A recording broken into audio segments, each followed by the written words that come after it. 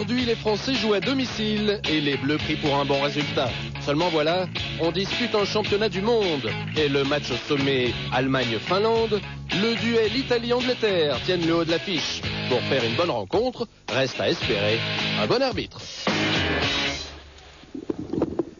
Voilà, il y aura France-Paraguay tout à l'heure, Italie-Angleterre maintenant avec Ferrari-McLaren. Les McLaren quand même en position de favori, Jacques Lafitte, car Mika Hakkinen a décroché la pole position. Au départ, eh bien, il a donc l'avantage. Et puis ce matin, au warm-up, aux derniers essais libres en conditions de course, ce sont les McLaren qui se sont révélés nettement plus rapides avec le plein. Oui, puis Pierre, il fait un peu plus chaud, il y a du soleil. La piste va certainement chauffer au cours de la course. Et on sait que les pneus Bridgestone aiment bien la chaleur. Mais malgré tout, on pense très sincèrement, je crois que les McLaren vont être très très à l'aise. Elles vont certainement faire 2 arrêts au stand. Peut-être que Goodyear fera 3 arrêts ou 2. Ça sera très intéressant de suivre ça. Mais a priori, on devrait voir les McLaren très très sollicités par les deux Ferrari d'Irvine et de Schumacher. Et je crois que c'est pas gagné pour les McLaren. Voilà, parce que Schumacher est quand même parvenu à se glisser entre les deux McLaren sur la grille. Il part en première ligne. Il est très remonté. Et Goodyear, effectivement, a préparé de nouveaux pneumatiques. Très très gros travail. Qui sont très tendres. Je crois que ce sont des gommes tendres qu'ils ont choisis pour la course. Alors évidemment, la chaleur pourrait éventuellement les handicaper. On va voir ça au nombre d'arrêts et de ravitaillements. Ici à Magny-Cours, souvent on s'est plaint, alors que les voitures s'élancent maintenant pour le tour de formation. On va découvrir le circuit, Jacques. Souvent on s'est plaint du manque de dépassement, du manque d'action en piste. Mais dans les stands, ça a rarement été triste. Oui, beaucoup d'activités dans les stands parce que la piste est difficile. Vous savez qu'ici, on a tendance, la quantité d'essence dans les réservoirs est très très importante. Et ça, vous voyez, dans ces longues courbes, ici c'est la grande courbe d'Estoril après les stands, où les voitures sont à 200-220 km/h. Ici c'est la très longue ligne droite après la grande courbe. Bon, ça c'est un virage qui est à fond en Formule 1. Le virage du Golfe. Et voilà. Et alors ici, le freinage où on peut peut-être doubler, Pierre, ici. On a vu des très beaux dépassements. Un freinage où les pilotes sont en première. Où là, il faut avoir beaucoup de motricité. Et on va s'arranger très très rapidement pour arriver sur la chicane. Ces chicanes, il y en a 2 très très rapides et très difficiles. Là, on est en plein dedans. La chicane, le Nürburgring, on l'appelle. Et c'est à la sortie de cette chicane du Nürburgring, avant de freiner un virage très très important où les voitures ont fait beaucoup de sorties de route. Virage à 180 degrés, beaucoup de sorties de route aux essais et pendant les essais privés. Et là on va remonter. Alors la particularité sur le Magny-Cours, c'est aussi de monter et de descendre. Les pilotes aiment beaucoup ça. La chicane très très rapide d'Imola. Gros changement d'appui. 4e vitesse, énorme changement d'appui avec un freinage encore assez violent pour le virage du Château d'Eau à droite en seconde vitesse, 3e, 4e jusqu'à la chicane avant les stands. Et puis freinage en descente, très délicat. Oui, très très délicat. Regardez, là on y est. Oui, un très très gros freinage, très très impressionnant.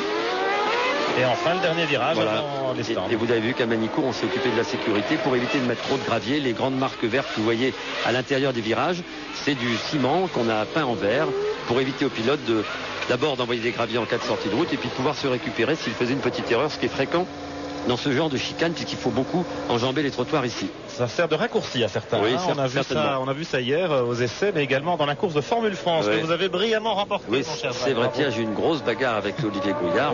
Je suis sorti vainqueur sans capot arrière. Voilà. En tout cas, attention, maintenant c'est plus sérieux. Oui, 22 voitures au départ de ce Grand Prix de France. On est parti pour 72 tours de course. 4 km 250, le circuit 306 km. Le Grand Prix cet après-midi. Les feux rouges sont tous allumés. Ils vont s'éteindre. Et c'est parti. Faux départ. Drapeau jaune. Il y a une voiture qui a dû caler. Faux départ. On ne sait pas pourquoi, puisque toutes les voitures. Il y a une voiture là-bas qui est arrêtée. C'est une Stewart. C'est la Stewart de Jos Verstappen qui revient en F1 cette année. Le voilà, Jos Verstappen, le pilote hollandais. Il a calé, évidemment, il n'a pas encore couru cette saison. Il est bloqué, boîte bloquée, Pierre. Oui, un problème de transmission, semble-t-il. En fait, oui, transmission ou alors l'embrayage, Pierre, qui a cédé. Il n'a pas couru. Voilà. Ah non, ça y est, vous voyez, c'est très difficile, voilà. L'embrayage s'est décollé, mais Verstappen, évidemment, ne s'est peut-être pas assez entraîné au départ. On sait que les départs sont très délicats de nos jours, Jacques, parce que il y a les commandes au volant, il n'y a plus vraiment d'embrayage au pied et c'est très difficile pour les pilotes de trouver bien sûr, mais je pense que Verstappen avait dû quand même s'entraîner. Alors qu'est-ce qui va se passer pour Verstappen?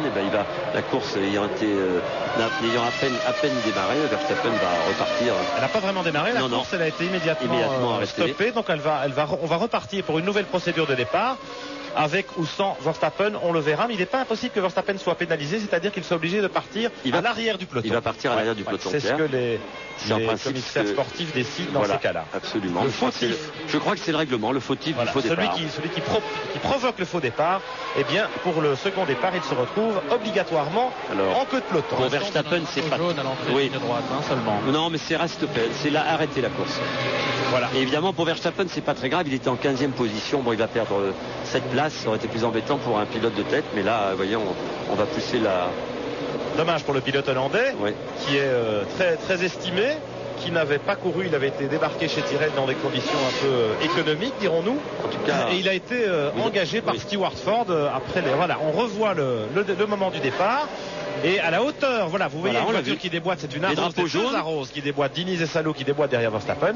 Et pour éviter tout risque d'accrochage, eh bien, il y avait un drapeau jaune. Oui. Le commissaire qui est il a sur été cette ligne-là. Très prompt, Pierre, très très rapide, c'est bien, mais en fait, on s'est aperçu qu'à partir du moment où c'est une voiture de fin de grille, il y a quand même moins de danger. On aurait presque pu. On aurait pu faire l'économie. Ouais, moi, je crois qu'on aurait pu faire l'économie de ce faux départ et de décharge d'adrénaline pour les pilotes et les spectateurs. Et voilà. Les spectateurs très nombreux ici, Pierre. 75 000 spectateurs. Visiblement, un beau Grand Prix pour le circuit de Nevers-Magny-Cours. On nous annonce même 5 000 spectateurs de plus que l'an dernier, ce qui est une belle réussite quand on sait que le Grand Prix a été longtemps incertain cet hiver. Bien sûr, et puis qu'il y a la Coupe du Monde en concurrence, évidemment, Pierre, à 4h30, à 16h30. Il y a un grand match, Pierre. Ce sera en direct sur TF1, France-Paraguay. Alors, Marc Minary, Jean-Louis Moncey, qu'est-ce qui se passe-t-il dans les stands? On repart pour un tour. Oui, je viens de voir Joe Bauer, l'un des délégués de la FIA, qui donne a priori, donc en application du règlement, 15 minutes avant le nouveau départ. Ce qui veut dire bien que normalement on va refaire le plein d'essence et que par conséquent on repartira pour la distance complète de la course. Vous avez raison, Pierre et Jacques, on aurait pu faire une procédure jaune, revenir et réduire la distance d'un tour. Voilà. Mais... En tout cas, beaucoup d'émotions pour les pilotes, Pierre, parce qu'un départ loupé comme ça, c'est que le départ, c'est quelque chose où on a beaucoup d'attention, et un faux départ, comme on vient de voir ce départ, on a énormément joué avec l'embrayage, donc peut-être des problèmes pour le prochain départ pour certaines voitures. Mais en tout cas, je crois sincèrement qu'on aurait pu éviter cet arrêt, parce que la voiture était... Regardez. On le revoit. Les feux rouges s'éteignent, les voitures vont s'élancer. Très bon départ. Agite les bras. Verstappen agite les bras. Regardez, très bon départ. Et immédiatement, les drapeaux jaunes sont agités. Et le directeur de hop, voilà. Et Hakkinen était bien parti. Hakkinen était bien parti. Coulthard. Il va devoir Villeneuve. Oui, c'était bien. Il y avait une Benetton qui s'était infiltrée. Voilà, mais c'est tout à refaire maintenant. Tout à refaire, et puis ça décale un petit peu le programme, évidemment. Si on prend un quart d'heure dans la vue, Jacques, je peux vous dire que ça va être serré tout à l'heure, mais bien entendu nous irons à Lens dans les temps au stade Bollard pour suivre évidemment France-Paraguay. On revient en caméra embarquée chez Frenzen. Regardez les deux Jordan devant lui, il était 8e sur la grille, Frenzen en 4e. Meilleur départ en tout cas que la... regardez, il va le bloquer. Entre Desmond et Ralf Schumacher. Il est beaucoup mieux parti, il aurait peut-être même pu doubler Ralf à gauche, mais regardez la Benetton de Physique est là. Très beau départ. On l'avait vu tout à l'heure, c'est une belle image. Dans cette courbe très très rapide. Quand on plonge là dans le droit d'Estoril, vous voyez, c'est formidable ce circuit. La courbe à gauche après les stands, 280 km/h. Petit rappel du classement du championnat du monde. Hakkinen 12 points d'avance sur Michael Schumacher, 17 points sur David Coulthard. Ça va donc être très important pour ces deux pilotes, Jacques Lafitte, Schumacher et Coulthard, de ne pas laisser gagner Hakkinen aujourd'hui, car il faut absolument commencer à réduire cet écart s'ils veulent conserver des chances intactes dans la course au titre mondial des pilotes. Bien sûr, on a vu quelques déclarations de Mika Hakkinen. Regardez le classement constructeur, Pierre, je vous laisse. Oui, Ferrari qui est évidemment bien revenu après son carton plein au Canada, où McLaren avait évidemment pas marqué de points du tout, on s'en souvient. Oui, je voulais dire... on redémarre les moteurs tout de suite, vous le voyez finalement, on est c'est ce que la grille assez vite. Voilà, bravo. On fait observer que Verstappen belle décision à sa place sur la grille de départ, là où il était au premier départ. Belle décision des commissaires, Pierre, parce que d'avoir arrêté la procédure, ça semblait... Voilà, on va gagner beaucoup de temps. Oui, voilà, on va gagner du temps. On a pensé certainement à la Coupe du Monde et au match de football. Regardez, drapeau vert, ça repart déjà pour un second tour de formation avec les deux McLaren et les deux Ferrari. Oui, Pierre, je disais Hakkinen qui a déclaré, on a vu plusieurs déclarations, je suis en train de jouer le championnat, j'ai besoin de marquer des points. Alors ça veut peut-être dire à Schumacher lui laisser la voie libre, parce que l'autre il a dû lire les journaux et il doit se dire tiens, lui il est à ma portée, je peux dire il va en profiter, hein. Il sait le sentiment dans lequel se trouve Hakkinen. Il veut être champion du monde. Je suis outsider, se dit Ralf Schumacher. Mais attention, il a compris. Michael Schumacher. Mais vous voulez dire que Hakkinen va peut-être assurer plutôt une place d'honneur, oui, sans prendre tous les risques pour aller chercher la victoire? J'ai l'impression que c'est en tout cas l'état d'esprit de Mika Hakkinen. Il sait que le championnat va être long et difficile. Il sent revenir. Regardez la belle campagne nivernaise. Il y a dans du monde, laquelle est tracée. Oui, il y a beaucoup de monde. C'est une réussite pour les organisateurs. Et tant mieux. La Formule 1 fait recette en France comme ailleurs, un peu partout, en Europe et dans le monde. Alors les 22 voitures repartent avec Verstappen à sa place, c'est-à-dire en 15e position sur la grille. Vous l'avez souligné, Marc Minary. Cela signifie sans doute que la responsabilité de Verstappen n'était pas engagée. C'était un incident mécanique qu'il a contraint à lever les bras. Absolument. Au moment du départ. Et en levant les bras d'ailleurs, eh bien il a évidemment donné le signal de cette nouvelle procédure. Vous avez vu, les voitures ont fait un tour très très rapide. On veut refaire chauffer les pneus, on n'a pas eu le temps. Il y a eu 10 minutes d'arrêt par rapport au départ. Donc les pneus ont refroidi. Vous avez vu qu'on n'a pas eu le temps de mettre les couvertures chauffantes, qu'on a refait très vite. Mais en fait la procédure est presque normale, Pierre. On va avoir gagné quelques minutes. Alors, le tour a été fait très rapidement, hein. Voilà, vous voyez qu'il fait beau. Il fait beau, quelques nuages d'altitude, mais le soleil est au rendez-vous. Température, Jacques? Bon, 23 degrés. Sur la piste, l'air ambiance est de 19 à 20 degrés. Hier, il faisait 6 degrés de plus. Il y a un peu de vent, voilà. Oui, il y a du vent, voilà, qui refroidit, qui va refroidir un peu les moteurs et les pneumatiques, certainement. Mais la piste va chauffer. De toute façon, ça va chauffer. Voilà, tout le monde se remet en place. Mika Hakkinen en pole position. À ses côtés, Michael Schumacher. Derrière lui, David Coulthard et Eddie Irvine. 2 McLaren et 2 Ferrari en bagarre pour le Grand Prix de France cet après-midi. Attention, c'est parti! Et c'est parti pour de bons 100 en secondes, mais c'est Schumacher qui est en tête. Et c'est Irvine qui fait l'extérieur. Les 2 McLaren ont complètement raté leur envolée pour ce second départ. Schumacher, Irvine, les 2 Ferrari très opportunistes n'ont pas laissé passer l'occasion. Et le peloton passe sans encombre la grande courbe d'Estoril. Jacques Villeneuve déborde immédiatement. David Coulthard, il tente également de profiter du mauvais départ des McLaren. Freinage d'Adélaïde. Je crois que Trulli a effectué aussi un très bon départ. Il est 10e, Trulli. Ouais. Il était 11e sur la grille. Regardez le peloton qui défile là-bas à l'épingle. Schumacher, Irvine, Hakkinen, Coulthard, Villeneuve, Ralf Schumacher, Damon Hill, les 2 Jordan bien placés. Et puis les 2 Benetton, Wout Fisichella, 8e et 9e, Trulli 10e, allez-y 11e. Et ben voilà, les pourchassés sont devenus les poursuivants. Et celui qui a complètement raté son départ, c'est Heinz Harald Frentzen, qui se retrouve seulement en 12e position. Il y avait une caméra embarquée, on va peut-être le revoir. Schumacher, Irvine, et tout de suite il fait le trou, Michael, dans ce premier tour. Il était chaud. Ce que l'on disait tout à l'heure pour Hakkinen, là il n'a plus le choix. Hein. Vous voulez dire, soit il assure tout de suite, soit s'il veut encore gagner, il doit attaquer. Oui, il va attaquer, je pense. Voilà Frentzen avec sa caméra embarquée. Regardez, il est enfermé dans le peloton.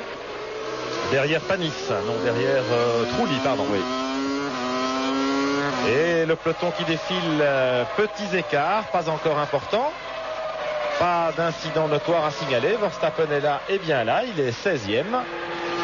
Schumacher, déjà 1 seconde et demie d'avance. Olivier Panis en 14e position, il a gagné 2 places au départ. Ouais, au profit de Johnny Herbert et de Verstappen. Attention. Alors là, vous savez, Pierre, ce qui va se passer. Vous avez vu comme moi à la télévision, vous le voyez. Eddie Irvine est en 2e position. Je peux vous dire, il ne va pas faciliter la tâche de McLaren parce que tous les secondes engrangées pendant ces premiers tours vont être très importantes au moment des ravitaillements. Alors si on pouvait penser que les Ferrari feraient 3 arrêts plutôt que 2, ça va certainement favoriser Schumacher. Ça devait être tangent si on a fait cette option-là, évidemment, chez Ferrari. Il y a vraiment eu double faute au départ chez McLaren Mercedes, aussi bien dans le chef de Hakkinen que dans celui de Coulthard. Alors peut-être la pression engendrée par ce second départ. Peut-être des embrayages qui chauffent. C'est eux qui ont la pression sur les épaules, les pilotes McLaren. Ce ne sont pas les pilotes Ferrari. Et je vous l'avais dit, un départ loupé, on remet le départ, il y a une appréhension. Bon, voilà. Chez Ferrari, on était prêt à bondir et on a bondi. Et puis, je vais vous expliquer un peu autre chose aussi. Je crois que les Goodyear chauffent un peu plus vite que les Bridgestone et que dans le tour de chauffe avant de reprendre le départ, ils ont peut-être moins perdu de température et ça leur a permis de démarrer beaucoup mieux. Bonne remarque. C'est peut-être ça la vérité. Bonne remarque. Alors regardez comme on frôle le mur. 6e. Oui, 280 km/h. Oh, une voiture dans les stands, c'est une frost. Oui, Arnaud Trulli. Absolument, et c'est l'affolement mesuré, bien entendu, dans ce stand, parce que Yarno vient d'arriver ici devant de façon complètement imprévisible. On démonte les roues tant bien que mal, on change, on sort les couvertures chauffantes, c'est un peu difficile, mais Yarno montre que c'est quelque chose c'est un autre problème. Il faut le pousser. Il s'est fait toucher. C'est peut-être un problème d'embrayage. Peut-être l'aileron. Peut-être l'aileron, il s'est peut-être fait toucher. Sûrement. Dans le peloton. En tout cas, vous voyez Pierre, Jean-Louis, comme on doit être prêt toujours dans les stands à recevoir la voiture. Alors écoutez, je crois qu'on va démonter le capot avant carrément, parce qu'il y a probablement, vous avez raison, quelque chose qui s'est mal passé au départ, et on est en train de vérifier la solidité, la résistance des triangles de suspension. Tandis que l'homme à l'extincteur arrive en courant, Jarno Trulli a toujours son moteur en train de tourner. Merci Jean-Louis. Pendant ce temps, la course continue évidemment avec Schumacher qui a creusé un écart important. Et puis je peux vous dire qu'Irvine est en train de retenir les deux McLaren parce que Michael Schumacher lui tourne en 1.17.9 qui est un tout à fait correct pour une McLaren, c'est ce genre de vitesse, et que Irvine lui là est presque 1,5 seconde moins vite que son coéquipier, ce qui est absolument anormal, et je peux vous le dire, à moins qu'on ait fait deux options différentes chez Ferrari, mais ça m'étonnerait beaucoup, qu'il va se passer exactement ça. Cela étant, Jacques, à l'image, on ne peut pas dire qu'Irvine bouchonne de façon ostensible pour l'instant. Mais McLaren Mercedes, elle les gêne. Elle les gêne intelligemment, regardez. Un petit peu intelligemment, mais on ne peut pas dire que ça bouchonne complètement.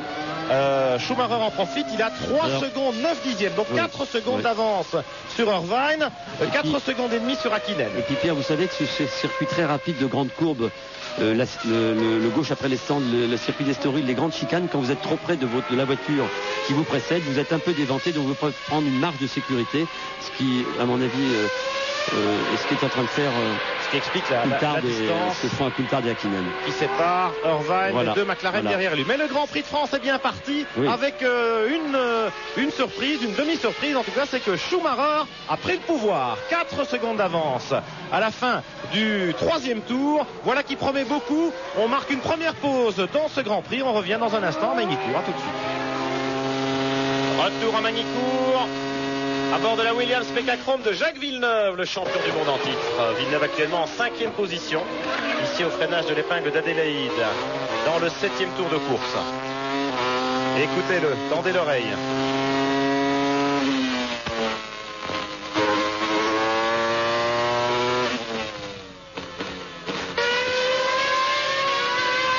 Et voilà, dans le virage à 180 degrés, là-bas, Villeneuve actuellement à 13 secondes du leader, Michael Schumacher. C'est un véritable hold-up sur le Grand Prix de France en ce début de course. Les deux Ferrari ont surpris les deux McLaren au départ, au deuxième départ, puisque le premier avait été annulé après l'incident survenu sur la Stewart de Verstappen. Quand on voit Pierre l'aisance avec laquelle Michael Schumacher largue ses poursuivants, 8 secondes maintenant sur Irvine, 8 secondes aussi sur Hakkinen, une dizaine de secondes sur les McLaren. Est-ce que l'on pourrait peut-être penser que la Ferrari est partie avec moins d'essence pour effectuer 3 ravitaillements ou 2 ravitaillements contre 1? Jean-Louis Moncey, vous êtes dans le stand Prost avec peut-être des nouvelles de ce qui est arrivé à Jarno Trulli. Absolument, Pierre, pour vous dire que c'est Jarno lui-même qui pensait qu'il y avait quelque chose qui ne fonctionnait pas bien dans sa direction, et il s'est simplement arrêté pour qu'on vérifie. Il n'y avait rien. On a mis un petit coup d'extincteur quand même parce que ça commençait à chauffer un peu du côté des disques de frein, et puis il est reparti sans autre forme de procès. Bon. Merci Jean-Louis. Malheureusement pour Prost Peugeot, Trulli maintenant ferme la marche avec déjà un tour de retard sur la meute. Et une 19.8 au tour, alors que Hakkinen et Coulthard tournent aussi en 19. Il est à 8 dixièmes de Coulthard et d'Hakkinen. Ça veut dire que la voiture marche très bien. Il n'y a plus de problème pour Trulli visiblement. Alors un petit point du classement après avec 7 tours couverts. Donc Schumacher 8 secondes d'avance sur Irvine. 3e Hakkinen à 9 secondes, 4e Coulthard à 10 secondes, 5e Villeneuve à 15 secondes. Villeneuve précède les deux Jordan Jordan, Honda, roue dans roue, Ralf Schumacher et Demenil. 8e position pour Alexander Wurz sur la Benetton à 18 secondes. Jean Alesi pointe déjà au 9e rang sur la Sauber. Il est à 20 secondes. Il précède Fisichella sur l'autre Benetton. Frenzen est la seconde Williams. Herbert sur la deuxième Sauber. Il est 12e. Barrichello ensuite 13e. Olivier Panis en 14e position sur la première des Prost Peugeot. Maintenant Verstappen 15e, Takagi 16e, Rosset 17e, Diniz 18e, Nakano 19e, Salo 20e, Tuero 21e et enfin Trulli bon dernier. Voilà, vous avez ce classement qui se confirme dans le bas de votre écran avec les écarts respectifs qui séparent chaque concurrent du leader. Michael Schumacher, vous avez vu comme il bombarde. Il bombarde, trottoir après trottoir. Là, il s'est fait une très violente sortie de route. Aux essais libres, la semaine dernière. Alors on pouvait expliquer, vous avez vu ces grandes marques vertes au bord de la piste dans cette chicane, ça permet au pilote d'aller certainement un peu plus vite et d'arriver avec une vitesse supérieure habituelle au freinage de ce 180 degrés. Alors moi j'ai une intime conviction, Jacques Lafitte, c'est que les deux McLaren Mercedes ont embarqué davantage d'essence que les Ferrari et qu'elles vont peut-être s'arrêter une fois de moins que les rouges. Ceci expliquerait évidemment la facilité avec laquelle Schumacher s'envole. Il y a aussi une autre chose, la piste est moins chaude qu'elle ne l'était hier, 23 degrés, l'air est plus frais, la piste aussi est plus fraîche et vous savez que les pneus Bridgestone ont besoin de chaleur et peut-être que les Goodyear sont en train de fonctionner formidablement. Maintenant, on va voir s'ils vont tenir la cadence. En tout cas, Irvine maintenant on tourne dans des très bonnes cadences aussi et c'est tout, regardez-le. Hakkinen est tout prêt. Ça revient. Il va essayer de se positionner, mais les dépassements... Ici on est dans le grand droit d'Estoril, regardez, alors là il en prend un peu parce qu'il est déventé par l'aileron arrière de la carrosserie de la Ferrari. Il provoque des turbulences aérodynamiques. Il va revenir suffisamment près en pensant, mais pas assez pour pouvoir dépasser. Regardez, vous voyez, il est déjà, vous voyez l'aspiration là ça joue, mais malheureusement, il faudra avoir encore un peu de la ligne droite pour pouvoir venir aux côtés de la Ferrari. Il faudra allonger le circuit. Oui, dépasser à la régulière, c'est mission regardez là, impossible. cette chicane très très rapide. Regardez, on a mis une petite bite au milieu pour empêcher les pilotes de l'escalader un peu trop parce que vous savez que les trottoirs ont été rabotés presque partout. Alors là, il est intéressant. Vous voyez là, la Ferrari, elle accélère vraiment formidablement bien. Ils ont fait beaucoup de progrès chez Ferrari dans tous les compartiments du jeu. Et je crois aussi que Goodyear a énormément travaillé. Moi, j'ai été voir les voitures sur la piste. J'ai eu cette petite chance hier aux essais. Et je peux vous dire que ça motorise bien chez Ferrari, mais certainement, alors on commence déjà à parler de l'anti-patinage et pas l'anti-patinage. En fait, il y a des très bons pneus Goodyear, voilà. Et puis il y a certainement aussi toutes les ficelles, toutes les failles de règlement qui sont exploitées, mais c'est valable évidemment dans toutes les équipes. McLaren, Mercedes avait un avantage indéniable en début de saison. Maintenant c'est Ferrari qui revient. Là c'est Jacques Villeneuve en tête du peloton de chasse, 5e à 18 secondes. Derrière lui les deux Jordan. Avec Ralf Schumacher, ils ont pris un petit peu de champ par rapport à Demenil et Alexander Wurz, la première des Benetton. Le fait que les pneus Bridgestone soient un peu moins performants ici à Magny-Cours est également confirmé par le médiocre comportement des deux Benetton en ce début de course. C'était déjà vrai aux essais.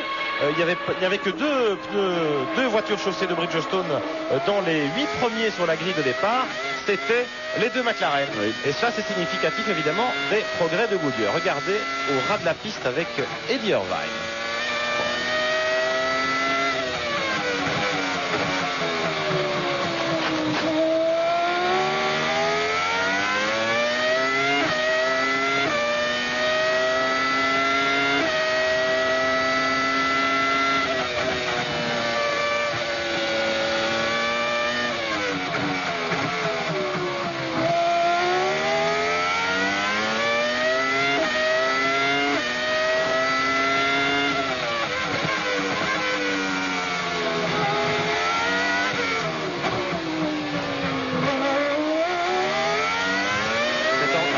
C'est en direct, c'est sur TF1 et c'est comme si vous y étiez. Génial. Extraordinaire. Eddie Irvine devant les deux McLaren Mercedes. La chasse est ouverte. Tout de suite, je vous propose de jouer pour la première fois avec nous cet après-midi à notre jeu Top Position.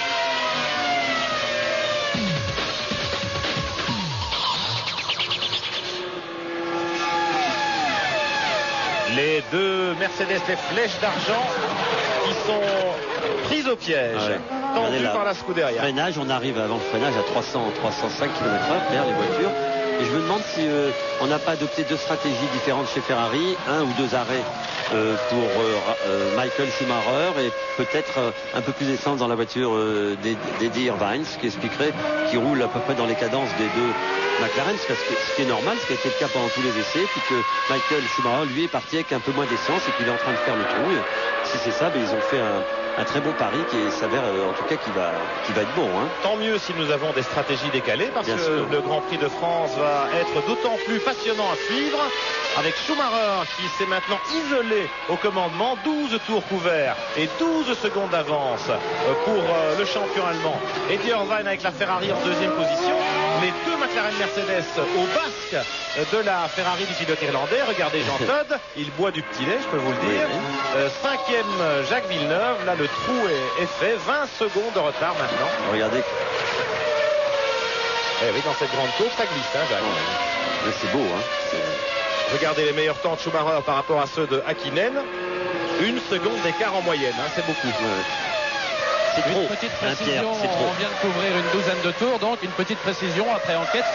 On va bien en faire 71 cet après-midi. On décompte le premier tour qui a été couvert après le faux départ de Verstappen. Merci. Ben voilà, on va gagner encore un petit peu de temps.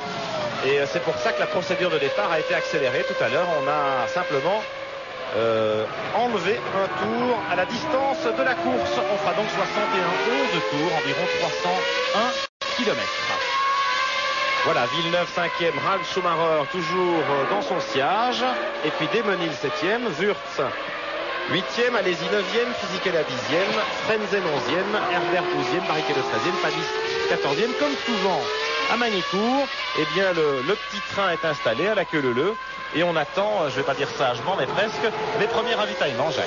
Oui, enfin il y a un petit train à la queue leu, c'est vrai. Alors il faut savoir que sur ce circuit-là, le poids en essence embarqué dans la voiture est très très important parce qu'il y a beaucoup d'accélération, on monte, on descend, il y a beaucoup de réaccélération en pleine charge.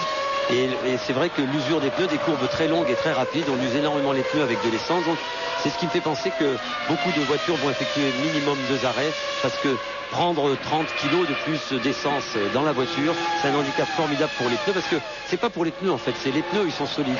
Mais la voiture est beaucoup ralentie parce qu'il y a beaucoup d'accélération dans ces montées, ces chicanes, des changements d'appui gauche-droite, droite-gauche, et c'est très important. Et les pneus sont solides, je pense, enfin peuvent faire un seul arrêt, mais on ne le fera pas parce que là, comment j'allais dire, l'excès de poids est trop pénalisant pour le temps autour. Et voilà, je crois pourquoi la plupart des écuries vont faire au moins 2 arrêts. En tout cas, au rythme actuel, Michael Schumacher gagne 1 seconde au tour sur ses poursuivants immédiats. Ouais, absolument. 13 tours couverts, 13 secondes d'écart, c'est mathématique. Et les 2 McLaren Mercedes ne sont pas en mesure vraiment d'inquiéter la Ferrari d'Irvine. Enfin, il y a un beau petit paquet après. Irvine, Häkkinen, Coulthard, et puis après Villeneuve, Schumacher, Hill, Wurz, Alesi, tout ça à peu près ensemble à 4-5 secondes. Je veux dire, il y a des bagarres un peu partout. Regardez. J'ai vu Schumacher dépasser une Minardi, si je ne me trompe. C'est Touhéro qui ferme la marche et qui vient de concéder un tour. Schumacher tout seul, voilà, vous voyez la Minardi à l'arrière-plan. Et à fond dans cette longue ligne droite. Ah oui, avec un freinage formidable là. Première, là, hop, seconde, troisième. Alors Ferrari à 7 vitesses ici. Et on voit bien les modifications aérodynamiques. Hein, oui. Un très beau profil pour la Ferrari F300. Regardez. Il est à l'attaque comme en qualif, Michael Schumacher. Vous avez vu l'arrière avec ses pontons un peu plus effilés, un peu plus étroits. Et puis ces petites appendices aérodynamiques. En tout cas, ça marche. Une nouvelle configuration aérodynamique qui est étudiée pour les circuits rapides que nous allons rencontrer tout au long de l'été avec Silverstone dans 2 semaines pour le Grand Prix d'Angleterre. Et puis ce sera l'Autriche, l'Allemagne avec l'autoroute de Hockenheim. Et puis nous irons à Spa aussi au mois d'août, Monza au mois de septembre. Beaucoup de circuits très rapides. Et on va voir comment la Ferrari va se comporter par rapport au McLaren Mercedes sur ce terrain. Vous avez eu l'aileron avant aussi, légèrement modifié. On a bien vu, regardez, les petits appendices sur la gauche et la droite. Les petits sabots. Il y a un petit flap, il est moins large. Enfin, il y a pas mal de petites choses sur la Ferrari. En tout cas, ça marche bien chez Ferrari et pour Michael Schumacher, hein, Pierre. Regardez. En revanche, chez Williams, Jacques Lafitte, on attendait beaucoup aussi des nouvelles configurations du châssis, des modifications mécaniques et aérodynamiques. Oui. Et on ne peut pas dire que les Williams tirent le même profit des nouveaux pneus Goodyear que les Ferrari. Vous savez pourquoi, Pierre? Parce qu'en fait, c'est Ferrari qui fait le développement des pneus Goodyear. Schumacher. Et évidemment, la Ferrari n'a pas la même balance et le même configuration, équilibre qu'une Williams. Enfin, chez Goodyear, on a besoin de gagner des courses. On sait que le concurrent pour le championnat du monde aujourd'hui, ce ne sera pas Jacques Villeneuve ni Harald Frentzen, mais plutôt Michael Schumacher et Guy Irvine. Donc on travaille beaucoup avec cette équipe et le résultat est là. Et peut-être que Goodyear a amené des pneus qui en principe devraient être plus performants pour la Ferrari que pour la Williams. Il faut savoir aussi, Pierre, qu'on a fait des essais la semaine dernière ici, 8 jours avant le Grand Prix, que la température n'est plus la même et qu'on a amené encore d'autres gommes un peu différentes à cause de la température et que tous les pilotes ont été obligés de travailler énormément pour remettre au point leur voiture alors qu'ils avaient fait 4 jours d'essai la semaine dernière. Pour adapter leur réglage aux nouveaux pneumatiques amenés ici par les manufacturiers. Oh, une voiture Takagi, dans les stands. Takagi qui rentre chez Tyrrell Ford. Une précision justement au sujet de Schumacher. Il doit cravacher aussi l'Allemand parce que s'il fait un arrêt de plus, il faut se souvenir que la vitesse est limitée ici dans les stands à Manicourt à 80 km/h. Ah oui. Et là on peut y perdre du temps également. Oui. Et vous savez, je l'ai vu arriver à l'entrée des pistes. C'était le seul pilote qui peut se payer un beau travers. C'est formidable, je le regardais d'en haut parce qu'il était en train d'essayer justement avant cette fameuse ligne blanche où on met en route le limiteur de vitesse, c'est-à-dire on appuie sur un bouton et en première en première on ne peut pas dépasser 80 km/h et d'habitude c'est 120 km/h, mais la ligne des stands est très très étroite. Et voilà Ralf Schumacher qui ça s'arrête, il y a un drôle de bruit. 15 tours couverts. Le drôle de bruit, c'est précisément le limiteur de régime. 15e tour, 15, 30, 45, ça serait 3 arrêts. Ouais, même 3 arrêts pour certains, en tout cas pour Takagi, pour Ralf Schumacher, donc des concurrents chaussés en pneus Goodyear. Oui, c'est une indication. C'est une très bonne indication, peut-être pour ce qui explique aussi la rapidité de Michael Schumacher. Ralf repart en 13e position derrière Johnny Herbert. 12e même. Alors que les manufacturiers de pneus, effectivement, Jacques Lafitte, vous le soulignez, ont un petit peu fait leur choix à ce stade de la saison.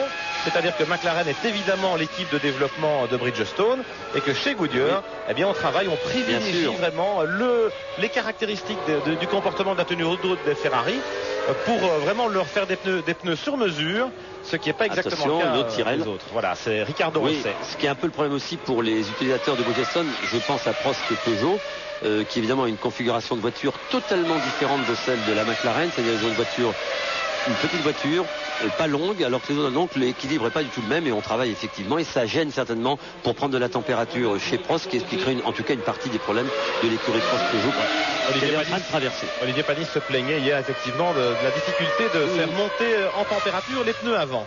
Voilà Alexander Wurz qui rentre chez Benetton. C'est intéressant aussi. Une petite surprise. Wurz était 6e. Ça veut dire que chez Bridgestone aussi, on a choisi des gommes tendres dans certains cas et qu'on va s'arrêter 3 fois. Et voilà Wurz qui repart après un bon arrêt assez court, donc pas beaucoup d'essence, donc on va encore revenir. Attention. Il repart devant Ralf. Voilà Damon Hill, l'autre Jordan au stand. Vous voyez, je vous l'avais dit, l'essence, le poids est très très primordial ici pour la tenue de route des voitures. Et le comportement des voitures de vitesse, le temps autour, et c'est pourquoi la plupart des écuries vont s'arrêter peut-être, en tout cas celle-là c'est sûr 3 fois. 9-2, c'est assez long comme arrêt. Oui, c'était vrai. Une bonne indication. Chez Benetton, on a mis ses œufs dans le même panier puisqu'on est prêt maintenant à accueillir Giancarlo Fisichella au point tour. Voilà, c'est Michael Schumacher qui débouche dans le peloton des attardés. Il a doublé les deux arroses. Voilà. Et regardez, on devient pressant. Et l'écart, c'était évidemment un petit peu réduit dans la mesure où Schumacher a été gêné par les hommes de tête. L'écart est de 12 secondes. Regardez, comme la McLaren en aérodynamique revient sur la Ferrari et hop. Et à l'accélération, la Ferrari. Le moteur Ferrari, il est puissant et peut-être qu'aérodynamiquement, ils sont un peu moins chargés que les McLaren. Ça a tout l'air. Alors, Schumacher, Irvine, 12 secondes, donc l'écart au 18e tour. Ralf Schumacher au ralenti. Après son arrêt, qui vient de s'arrêter. Dommage, il était bien placé. Ralf, il était 6e à la régulière. Voilà Fisichella dans les stands. Après Wurz, Fisichella. Donc chez Benetton, on a choisi des Bridgestone à gomme tendre. Et on repart. Vous entendez le limiteur? Et puis ce sera la petite ligne blanche et hop, on monte en régime, pas de problème. Et il repart entre une Panis et une Prost. Panis. Barrichello Panis. Du côté de la 12e place. Voilà. Alors il y a du trafic, il est regardez. Oui, parce qu'on a doublé la voiture de Ralf Schumacher à l'arrêt. Et voilà, regardez, voilà Ralf Schumacher. Il va se traîner jusqu'au stand. Ah oui. Oui, et regardez, on en a... Ouh là là. Alors Schumacher, on va prendre l'écart maintenant. Les deux McLaren sont vraiment revenus sur les talons de Irvine. L'écart est de près de 14 secondes au 19e passage. Merci Ralf Schumacher, je pense. On l'a pas vu, mais ça devait être ça. Il devait être au ralenti dans un virage rapide, la chicane d'avant, je pense à la chicane d'Imola. Regardez. Une course d'équipe à tendance familiale. Ouais, là, vous avez vu comme elle a été déventée, la McLaren. Hein, elle a repris, elle était dans les fesses de la Ferrari et elle s'est pris une dizaine de mètres là. Et ils reviennent en ligne droite quand même, les fesses. Et oui, l'aspiration, voilà. Et voilà, Ralf, deuxième arrêt. Oh, il y a une roue qui est pliée. Ouais. Regardez, la roue avant gauche, il a dû faire une touchette. Ouais, c'est marrant, nous l'a pas fait voir, ou alors quelque chose qui a cédé sur la suspension. Ouais, c'est possible parce qu'on n'a pas vu de... Regardez là. Ah, il a peut-être touché une Benetton parce que curieusement on se reprépare chez Benetton à accueillir une voiture. Voilà. Et puis je vous signale que la première Williams à rentrer sera celle de Heinz-Harald Frentzen. Et c'est prévu bientôt. On dirait. Oui. Attention à Takagi. Oui.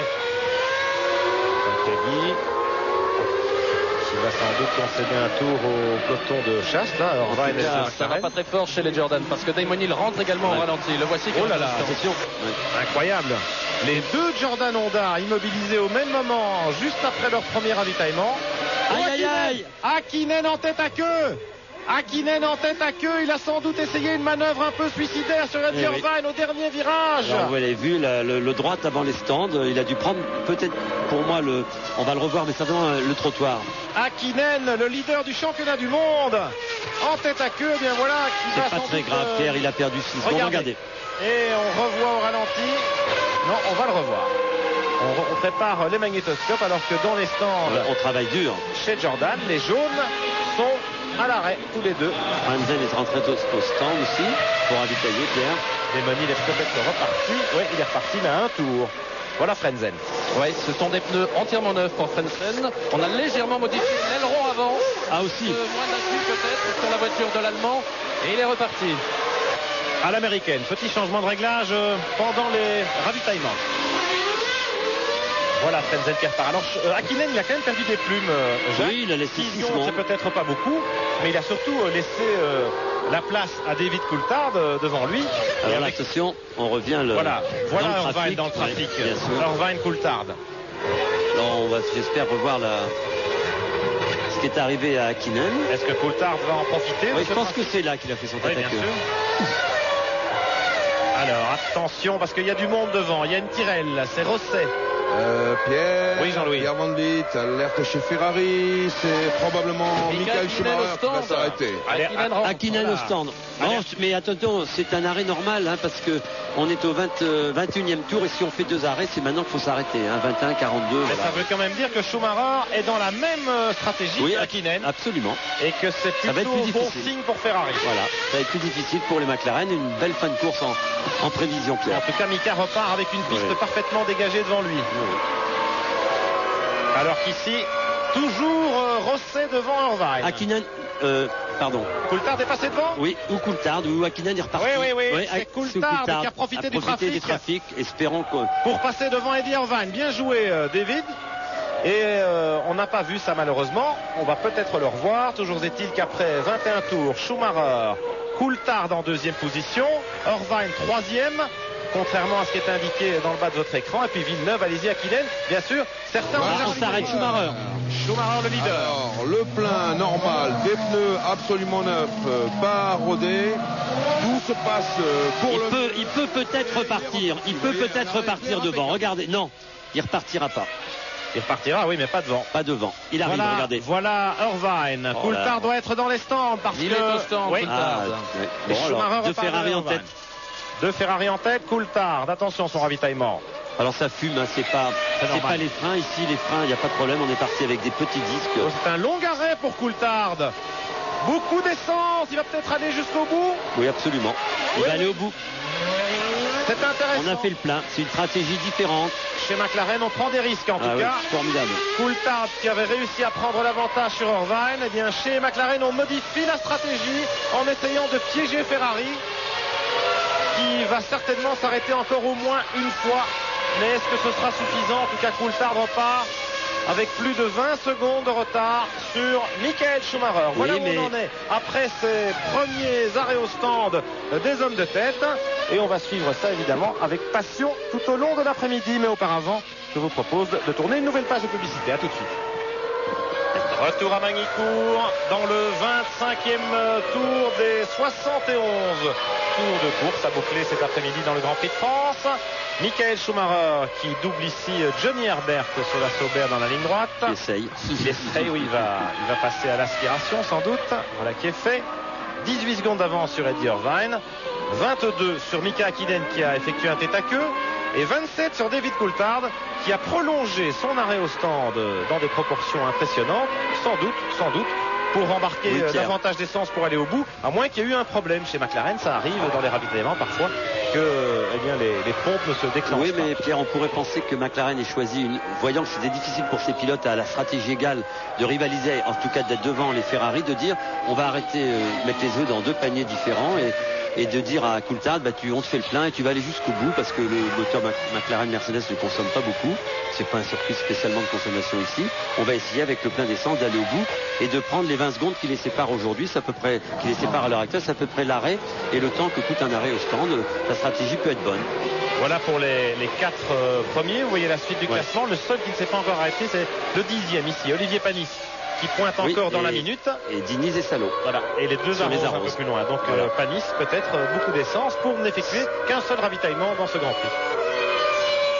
Schumacher, Irvine, Hakkinen, Coulthard. Les 2 Ferrari en tête, les 2 McLaren en embuscade avec des stratégies décalées. Un arrêt de moins certainement pour l'Écossais. On n'est pas sûr, Pierre, mais il y a une petite chance que chez McLaren, on ait essayé de... On se fait des politesses familiales là chez Schumacher du côté de l'épingle d'Adélaïde. J'ai pas vu, il a peut-être fait merci. C'est le petit frère qui dit au grand frère, après toi mon vieux, c'est toi qui es en tête. Alors que chez Jordan, c'est un peu la Bérésina, une fois de plus, en fiabilité. Et Jordan était pas mal en performance. Et là, Démonil a disparu pour le compte. Et Ralf Schumacher, après son ravitaillement et l'arrêt qui en a suivi, il est très loin. Un tour. Voilà Panis dans les stands. Non, c'est Trulli. C'est Trulli qui était reparti après l'incident du premier tour et qui est donc très loin. Il est quasiment en dernière position avec Ralf Schumacher. Enfin, ils sont à un tour des leaders. Ralf maintenant à 2 tours, puisque on a vu Michael Schumacher le doubler il y a un instant. Voilà, 17 secondes d'écart. Il a perdu un tout petit peu de temps dans la manœuvre, Michael, sur Irvine. Hakkinen est à moins de 5 secondes. Oui, il malgré son tête à queue. Il revient Hakkinen sur Irvine. Et Coulthard à peu près à 5 secondes d'Hakkinen. Oui. En tout cas, plus loin. Et en 5e position devant les Benetton. Wurtz et Jean Alesi pointe en 7e position après un excellent arrêt ravitaillement chez Sauber. Jean Alesi qui pourrait peut-être aller grappiller un ou l'autre petit point à l'arrivée de ce Grand Prix. Il revient aussi sur Wurtz tranquillement mais lentement mais sûrement. En tout cas les hommes de tête Schumacher, Alesi tourne à peu près à la mi-cadence. Alesi qui va doubler tout héros, mais il précède à la régulière la Benetton de Fisichella, c'est-à-dire l'attaque de l'Avignonnais. En pleine forme. Regardez-le. Avec son beau casque chromé. Il aime bien ce casque. Depuis Monaco, il a changé un peu la décoration de son casque, Jean, et ça lui réussit. Ce qui est intéressant de voir, Pierre, sur notre écran, c'est que Coulthard, si on lui a remis beaucoup d'essence, c'est-à-dire le plein, tourne dans les mêmes cadences. Regardez les écarts, par exemple, entre le leader Michael Schumacher et Jean Alesi sur la Sauber. À peu près 1 seconde, parfois un peu plus, parfois un peu moins, en moyenne 1 seconde. Et à l'aspiration, Alesi déboîte tout héros au freinage de l'épingle. Et hop, ça filtre instantanément Wurtz, vous l'avez vu? Ouais, bien joué. Non, c'est Fisichella, pardon. Mais la Sauber a bien progressé également, même s'il ne dispose pas ici du moteur Ferrari Evolution, moteur Petronas de qualification. La Sauber qui avait très bien marché en essai privé ici à Magny-Cours lors des essais préliminaires la semaine dernière. Et Jean Alesi semble le confirmer en course, malgré une position pas très favorable sur la grille.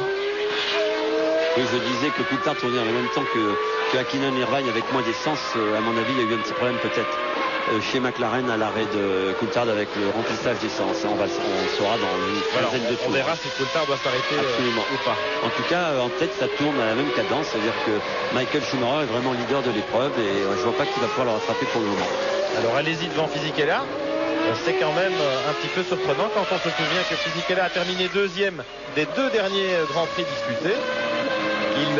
Il baisse un peu le ton, c'est vrai aussi pour l'autre Benetton de Wurz qui est quand même devant, qui est en 6e position. Les Benetton qui sont un peu moins à l'aise que lors des plus récentes courses. Peut-être le paramètre pneumatique, évidemment. Olivier Panis est en 10e position, il ne s'est pas encore arrêté.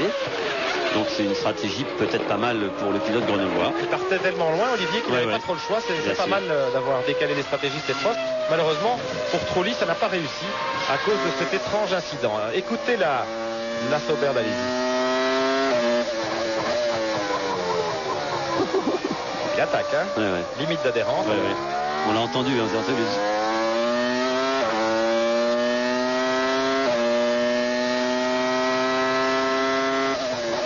Un peu moins de régime que le V10 Ferrari d'Irvine. Pas le même bruit aussi, c'est marrant. Hein. Les échappements. Les échappements. Un sortie d'échappement très spécial chez Ferrari. Et voilà, allez-y, et Fisichella en bagarre pour la 7e place dans ce Grand Prix. Voilà l'épingle. L'homme le plus vite en piste, c'est Jacques Villeneuve en ce moment. Enfin, en piste à ce moment-là, hein, c'est pas dans ce tour-là. Dans ce tour-là. Enfin non, il est amélioré par rapport à... 19 Il fait son meilleur tour de la course, Jacques Villeneuve actuellement. Mais Schumacher devant, il attaque. Il vient de faire 19-2 dans ce tour-ci, mais son meilleur tour, c'est une 17-6 en début de course. Schumacher a la situation sous contrôle. 20 secondes d'avance sur Irvine et les McLaren. Voilà Panis, à mi-course à peu près. Un petit peu avant la mi-course quand même. Mais je pense que là, on va lui mettre assez d'essence pour aller au bout.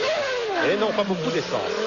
Hier, oui, mais peut-être que Olivier avait embarqué plus d'essence que l'on ne le pense et que ça suffira peut-être ce qu'on lui a rajouté pour la fin de la course. Mais bon, c'est difficile pour nous de gérer tout ça. Hein. Et le V10 Peugeot. Pendant qu'on l'écoute, eh bien, on va jouer à top position. Allez, c'est parti.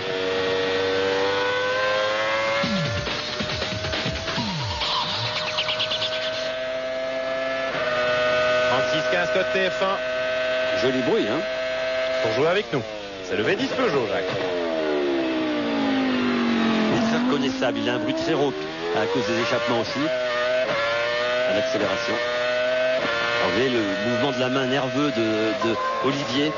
Vous avez vu et vous avez vu aussi les petits boutons, les petites lumières sur le volant, le tableau de bord digital.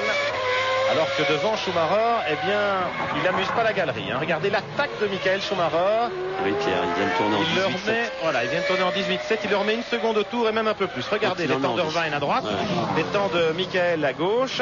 Plus d'une seconde. 1 seconde 2 au tour à Eddie Irvine. On sait maintenant que les stratégies sont les mêmes. Donc, impressionnant. Donc il faut qu'il attaque parce qu'il sait que si jamais Coulthard ne faisait qu'un arrêt, il faut qu'il ait plus de 20 secondes d'avance. Voilà. Il n'y a pas de problème, Coulthard est à 30 secondes. Donc je pense que la stratégie de McLaren a échoué et que Schumacher, regardez, au ralenti. Oh là là là. Regardez ça. Voilà.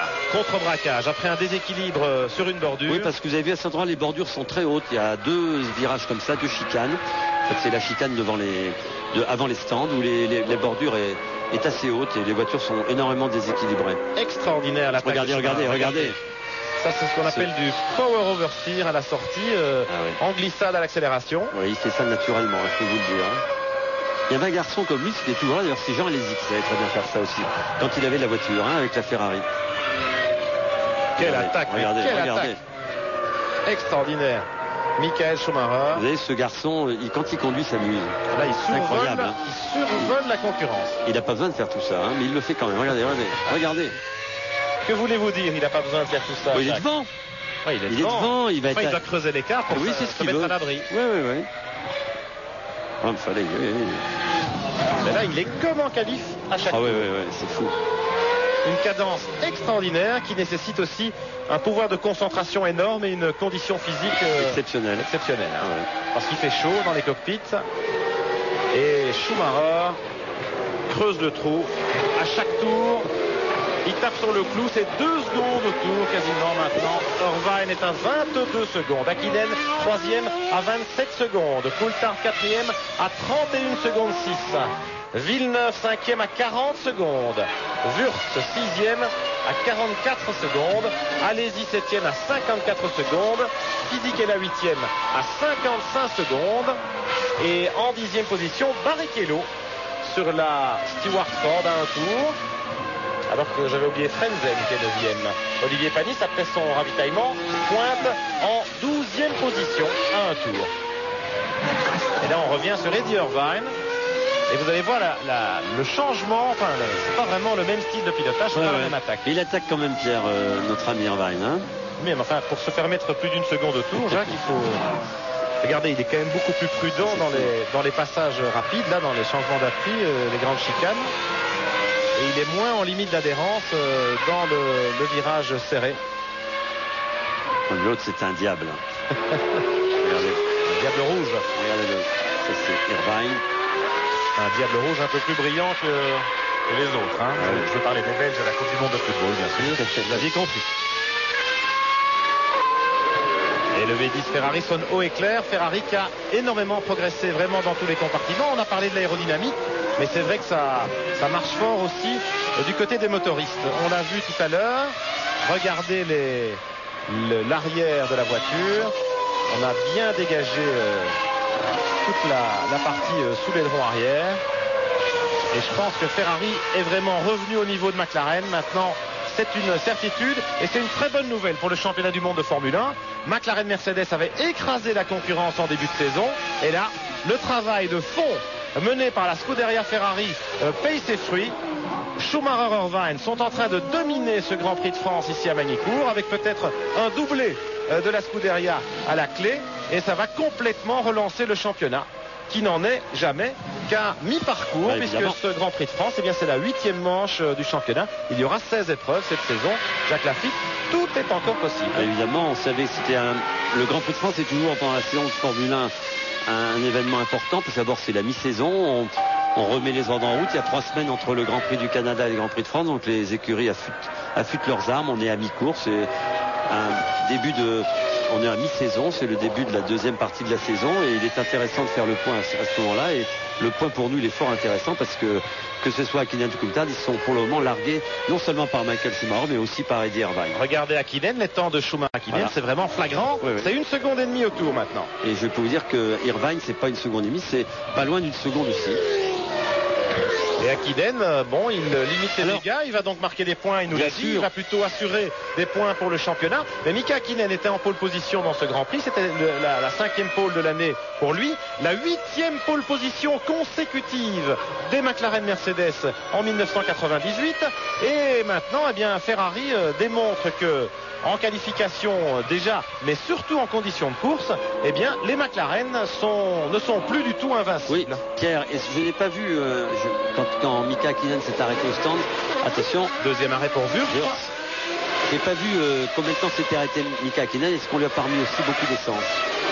Non, je pense franchement moins que Coulthard. Voilà, Wurtz qui repart. Attention, c'est dangereux. Il repart devant une Minardi. Ça va, c'est bon, ça passe. Et une Williams là qui bataille ferme dans le peloton.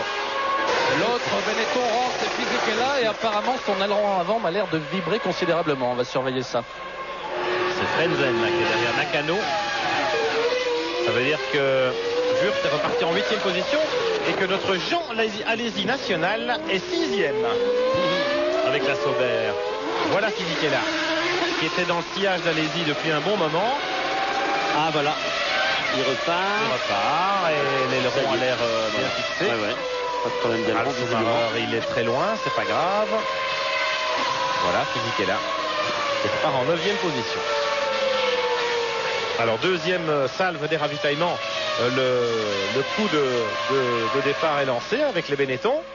On va voir du côté de chez McLaren et de Ferrari qui va prendre l'initiative. Là, nous sommes à mi-course.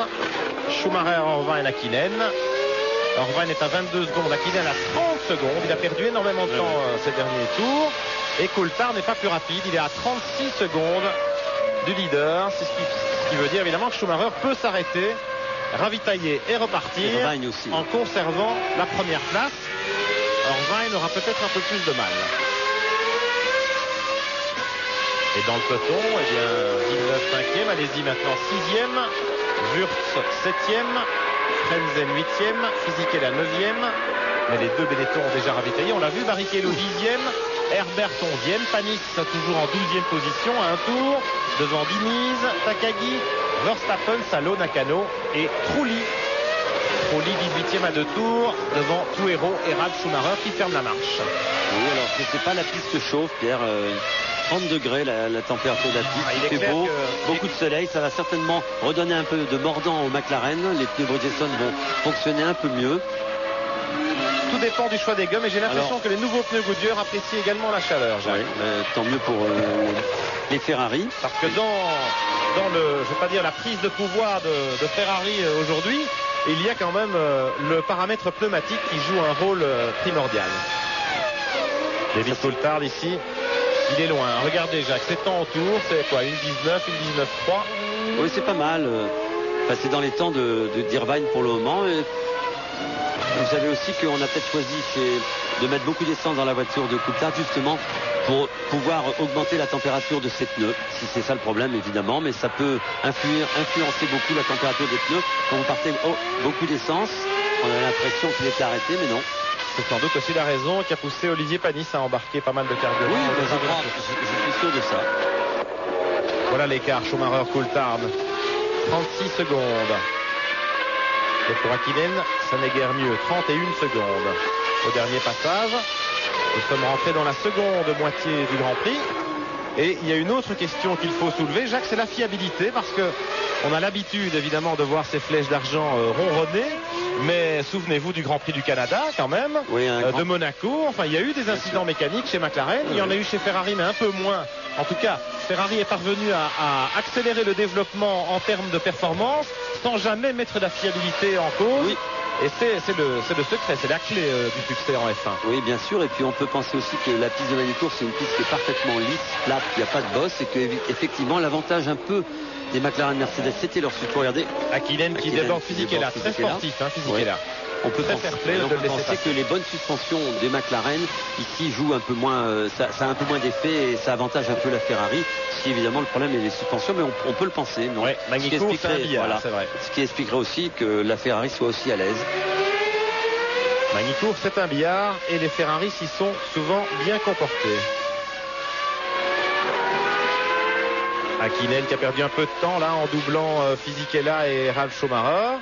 Ce qui signifie que Coulthard est revenu à 4 secondes de son équipier. Mais évidemment, Coulthard va à son tour devoir dépasser. On va attendre avec impatience, Pierre, encore une 5 ou 6 tours pour savoir qui des McLaren et Mercedes va s'arrêter les premières au stand. Quelle voiture va s'arrêter, ça va être très important. C'est dans l'ordre de 5 ou 6 tours. Regardez les temps.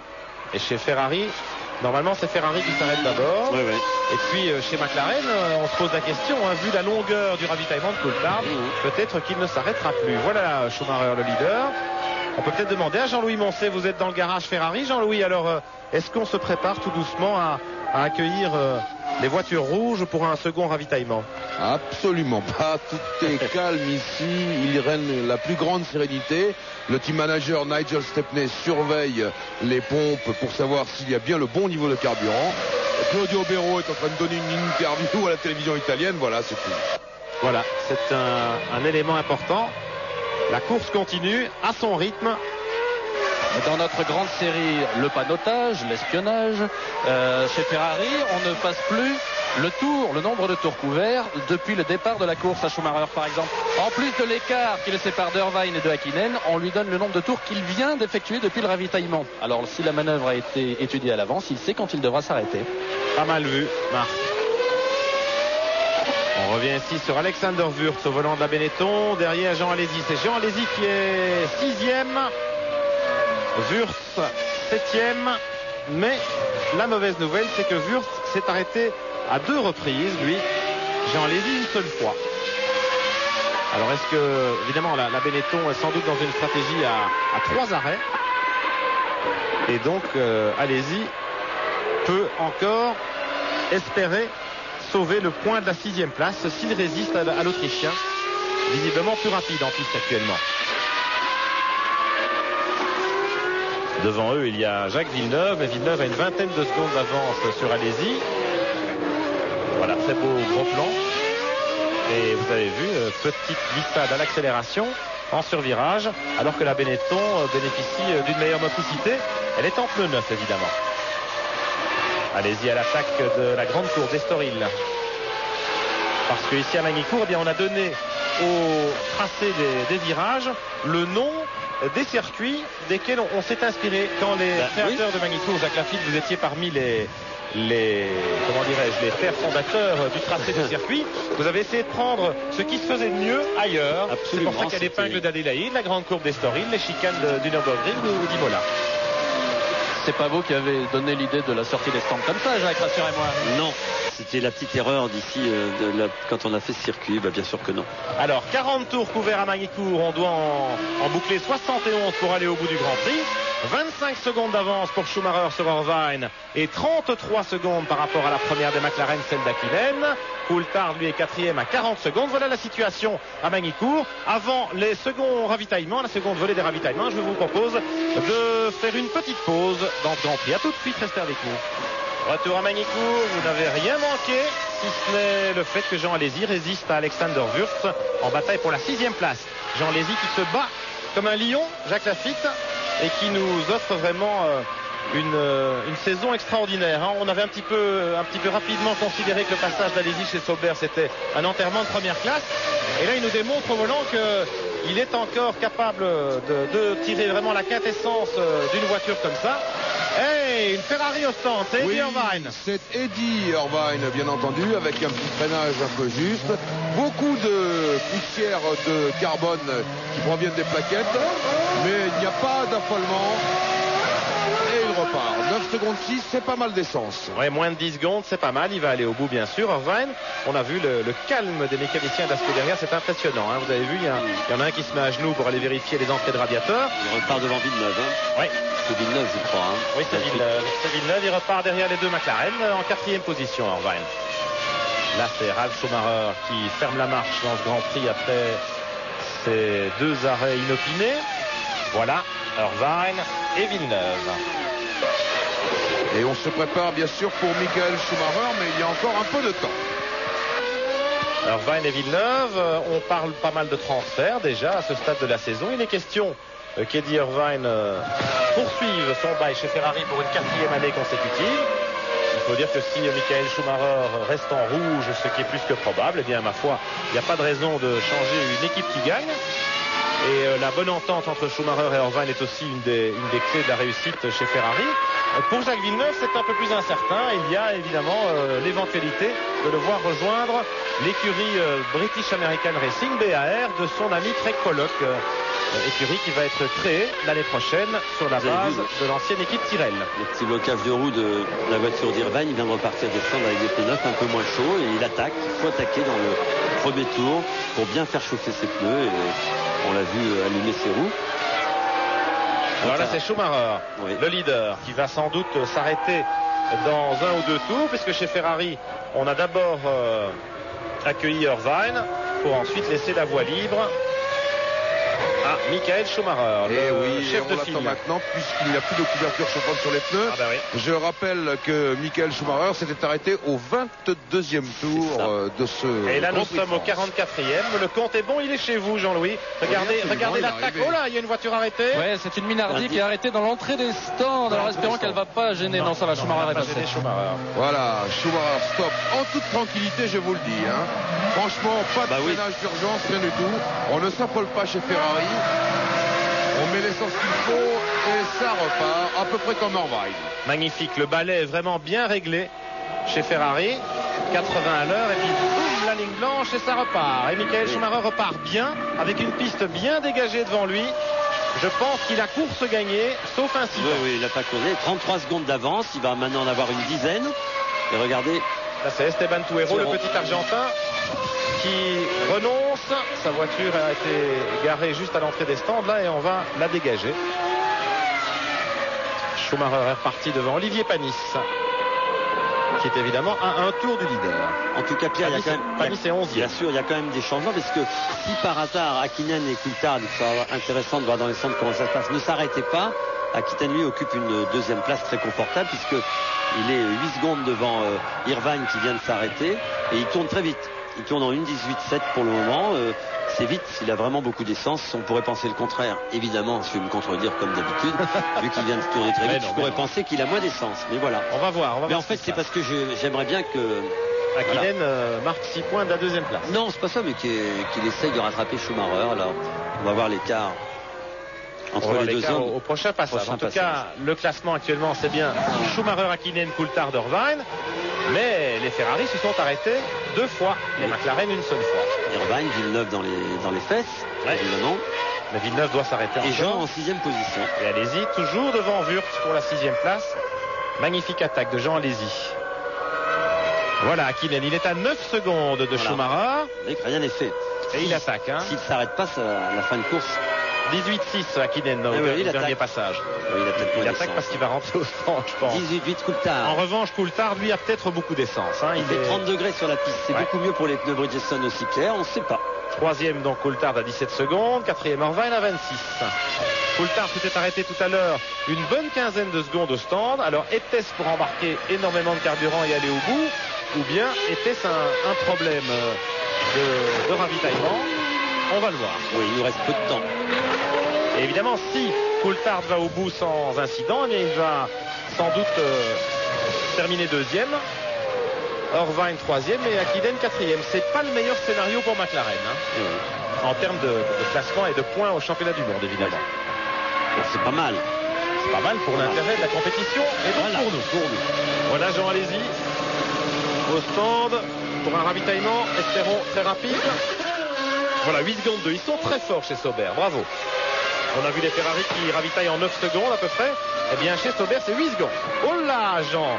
Les deux arroses qui déboulent, celle de Salo devant celle de Diniz. Et celle de Salo, il est vraiment passé sous le nez. Là où ils auront encore bien joué chez Sauber, c'est que l'adversaire direct de Jean, Villeneuve, va s'arrêter maintenant. La 5e place est en jeu. Oui, mais il y a Wurtz quand même qui est évidemment qui a profité de l'arrêt d'Alesi pour reprendre la 6e place. Une bataille intéressante en tout cas pour les petits points du côté de la 5e, 6e place avec 3 voitures différentes. Une Williams Mecachrome, une Benetton Mecachrome et une Sauber Petronas.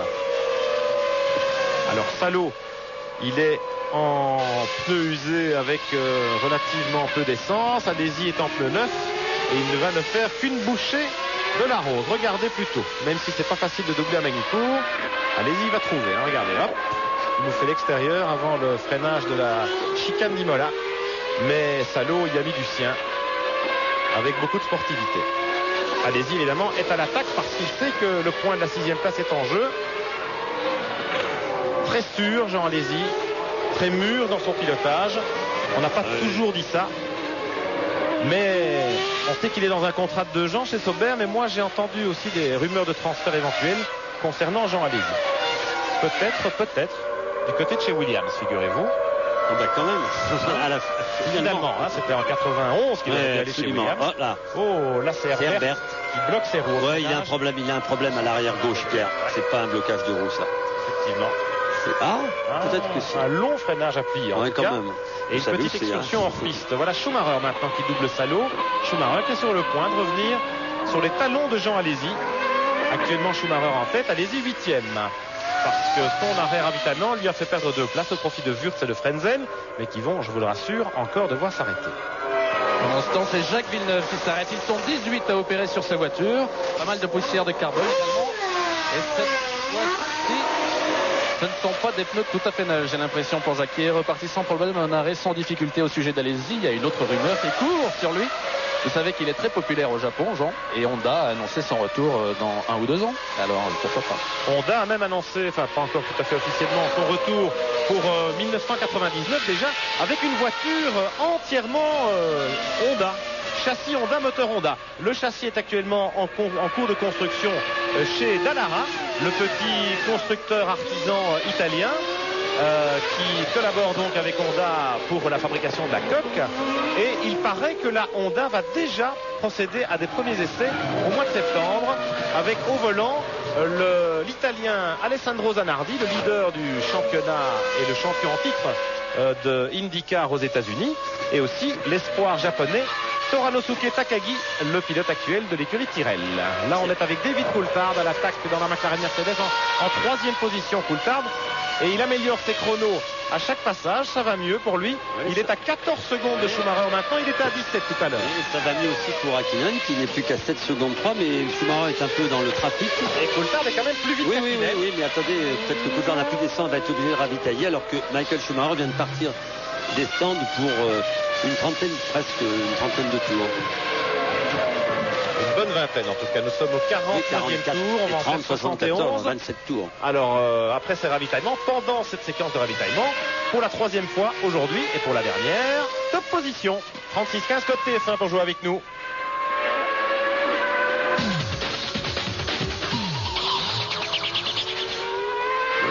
Les trois premiers dans l'ordre à ce stade de la course, et vous pouvez gagner du matériel photographique et des stages de pilotage.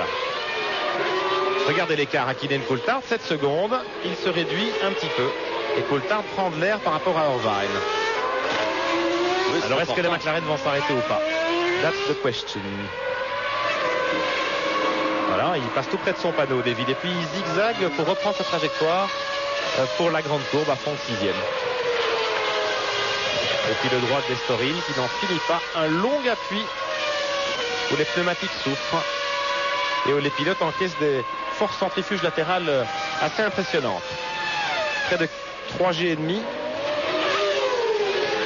Évidemment, il y a moins d'adhérence dans les pneus cette année avec les pneus sculptés, mais quand même. Oui, en fait, beaucoup de pilotes disent que les pneus sculptés, en fait, il y a de l'adhérence, mais les voitures sont plus tangentes à la limite et on part beaucoup de l'arrière. Les voitures sont plus survireuses, il y a une petite déformation plus difficile à contrôler, mais ils ont quand même beaucoup d'adhérence. La preuve en est les temps réalisés aux essais à chaque séance tenue ici. Voilà Wurtz au stand, voilà, une bonne nouvelle pour Jean, allez-y. Oui. On va voir comment se passe le ravitaillement de la Benetton, parce que chaque troisième arrêt, seconde compte. Oui, troisième arrêt chez Benetton. Ils avaient peu d'essence, ils avaient des pneus tendres. Alors que chez McLaren, on avait opté pour les gommes dures, Bridgestone. Wurtz repart pas mal, un peu de trafic. Là, il y a une steward derrière lui, celle de Verstappen. Et peut-être les Tyrrell devant. Ouais, c'est Takagi. Et une Ferrari, c'est Monsieur Schumacher qui klaxonne et qui se fraye en chemin dans le trafic du mois de juillet. Là, on est fin juin, mais bientôt le trafic de juillet. Schumacher, le trafic, il s'en joue. Schumacher, regardez, il largue pas comme ça la Tyrrell. La steward. La steward, c'est drôle, hein. Ouais. La steward, pardon. Et avec le V10 Ford qui évolue pas mal aussi chez Stewart avec Jos Verstappen, le pilote hollandais. En 14e position. On revoit avec plaisir en Formule 1 parce qu'il méritait sa place. Et le petit Danois Jan Magnussen, 6e à Montréal, certes, mais très peu performant par rapport à son équipier Barrichello chez Stewart depuis plus d'un an, a finalement été sacrifié. Schumacher dans le trafic, perd un petit peu de temps. Vous voyez, une 19-0, une 17-7. Pour les temps de Wurtz à droite ne sont pas très significatifs puisqu'il venait de sortir des stands. Une 23. Frenzen au stand. C'est encore une bonne nouvelle pour Jean Alesi. Parce que Frenzen était devant lui. Et en voyant Wurtz et Frenzen ravitailler à leur tour, on va voir Jeannot, vous l'avez vu passer, repointer le bout de son capot en 6e position. Du moins j'espère. Et là c'est Hakkinen qui va perdre du temps derrière Frenzen. Hakkinen qui passe à l'intérieur quand même de la grande courbe. Fallait oser. Les Frenzen sortaient des stands. Le 9, un peu froid en fait. Pas tout à fait chaud. Moins d'élan.